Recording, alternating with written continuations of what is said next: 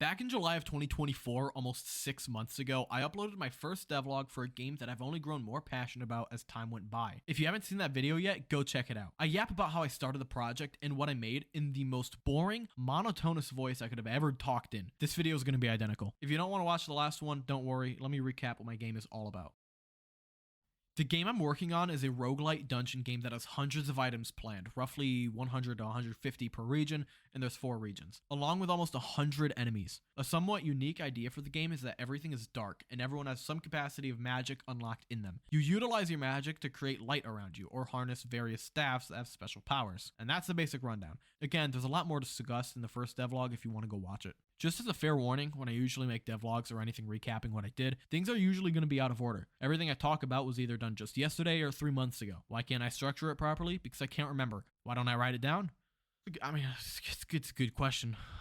Majority of my time was spent working on floors 2 and 3 of the Labyrinths, the first region of the game and the main focus for gameplay. As to avoid spoiling much of the cool items or enemies, I'm going to first talk about some of the more tame stuff from these parts. When I tackle a floor full of unmade enemies and items, I usually make the items first, and that's exactly what I did for floor 2. I go through modeling some items, then implementing, then texturing their inventory sprites. Implementation is usually quick unless it's a staff, since any other kind of item has near identical behavior and can be made by just setting some values in the parent blueprint that I set up. One of the first items I made was the Reaper's Scythe. The gimmick with this item is that when you kill an enemy, a soul will spawn, which when overlapping with, gives you temporary regeneration that scales with your max health. This item required me to be able to intercept all attack and use methods in the item class, along with various methods from the enemy class, so I had to rewrite a little bit of code to get it working. Once I did, the soul was pretty easy to make. Another good item is Golden Touch. This one was pretty cool to make. I took the code used for the battery dagger, which stunned enemies temporarily by detaching the controller, and made a variant of the method that detached the controller, froze all animations, and made the enemy unkillable. I then let the Golden Touch item utilize this method and then give all affected enemies a gold material, which is also one of the only materials in the game with a shine to it, although it's kind of hard to tell since everything's already dark. The item works out pretty well and can be used for getting away from large groups. I mentioned the battery dagger, so I might as well mention its upgrade, Electrified Blade, which is a simple item. Similar to the battery dagger, it electrifies nearby enemies and stuns them. However, instead of stunning only 3 nearby enemies for 70% damage, it stuns up to 5 for 50%, which is much better for crowd control. I completed all of the floor 2 and 3 items, with a couple minor exceptions which will be added later in development, and began work on the new enemies. At the time of devlog 1, there were only 5 enemies with basically the same behavior. The hope with the new set of enemies is that they're more unique, which was mostly accomplished. Similar to items, I'm going to try and talk about the less cool ones while not talking about the super boring melee enemies. The first enemy I wanted to talk about making was the Cursed Soldier, which was the second ranged enemy that I made, the first being the Archer. I designed him to be kind of like a ghost with desaturated skin and gray gear. In his hand would be a revolver, and he'd use that as his main form of attack. His gear would also eventually be turned into normal saturated items that you can find in chests, along with the revolver, which is a bit more rare. I programmed his behavior to walk towards the player and fire the gun if there's a line of sight, while giving the player some time to react. If the player doesn't move, they take damage while the soldier continues walking. Another enemy that I made was the Skeleton Sentinel. The idea with the skeleton enemies is that they're part of some sort of hive mind in the Labyrinths, tied to the main boss, which I'll talk about later. I wanted the Sentinel to be the exception, something wired in and broke it off from the rest. This enemy is definitely the most lethal. Its method of attack is firing high-powered lasers at a rapid speed, dealing heavy damage if the player doesn't move. Its movement is also similar to the Archer, where instead of moving directly towards the player, it tries to keep its distance while maintaining a line of sight. Once the first 3 floors were completed, I needed to begin making the bosses. The main boss in the Labyrinth is Lightkeep. I knew what his design was going to be way back when the game was still just a concept, and knew that he'd be a giant skeleton head with sharp blades circling him. So I ended up modeling just that, and his final model looks a lot like what I was envisioning. His attacks are quite simple. The first one I programmed was the arm nearest to the player would briefly light up before striking forward, dealing good damage. The next one I made is where all the arms come up, protecting him from incoming attacks while simultaneously healing him. The last attack I added lit up random arms in a random order before each arm came down and struck the ground in front. He was going to have a 4th move, but unfortunately it physically couldn't fit into his design. For floor 2, Lightkeep is nearly the same with a couple minor changes to his appearance, along with another attack similar to the Sentinel. Floor 3, I'm not going to say anything. It's nothing crazy, but I'd like to avoid showing everything off, but know that he's drastically different. Once floors 1 through 3 were officially completed, I made some minor tweaks to the generation system so that I could play through the dungeons fully and make some slight adjustments to various values. The next thing I wanted to to do was add a bit more to the dungeons. The first thing I did was create 3 variants of brick models that would spawn along the ground. Once I did that, I gave the bricks a bit of depth using parallax occlusion since I couldn't get any other technique working. There's still a few other details I'd like to add, such as cracks in the bricks or moss along the walls. However, I need to study materials a bit further for cracks, and I think I'll be saving the moss for a more grassy region. Once a bit more details were added, I changed up how item info is displayed in the inventory. Originally, it used this box on the bottom to display stats and the item description. However, this method didn't allow inscriptions or enhancements or even abilities in their descriptions to show up. So I created an info box similar to Minecraft or Terraria that allowed me to display more. I then began to work on NPCs. If you've seen the short I've uploaded on these guys, you probably know plenty. Before creating the first NPC, I had to figure out how I wanted to go about making them flexible enough so that I can make anything, while also ensuring that it's a good enough foundation. I created a base NPC GUI first with a few required components and a couple methods, the most important being a button to close the UI. I then needed to create a base NPC class, which would hold information like what dialogue to use, what UI to open, etc. Once I had the base components coded, I went on to create the first NPC, which would act as a bestiary. I made him look old since he's knowledgeable and wise. In game, I'd set him to be slouched over, and then program his head to face the player at all times. Once I got him in game, I went on to make his GUI derived off of the base class that I made earlier. I created a UI that would access a data asset full of enemy information, and it'd create a custom button for each element. I then coded the button to open another UI that displays the respective information. I also created some extra tabs for when more enemies are added, along with a tab for bosses. Once Fred was completed, I created Judas, who would be the NPC to convert the shekels you earn into gems. This guy was pretty straightforward with only one UI. I made him look a little more wealthy with a confident posture. After Judas came Aaron, who allows you to apply upgrades to your weapons. This one took a little bit more time. Before actually creating his UI, I needed a system in place that allows items to have enhancements and inscriptions, the 2 types of upgrades. Once that was sorted out, I needed to make Aaron's UI display the appropriate upgrades for the item and the upgrade slot selected, using similar code to Fred's UI. With a few extra changes, enhancements and inscriptions worked a-okay. There aren't many right now, but by the time the early access comes out, there will be quite a few to choose from. I created one more NPC for now, named Ace, who was designed by an old friend of mine. This non-human has a very important GUI that, if used right, can make you very powerful.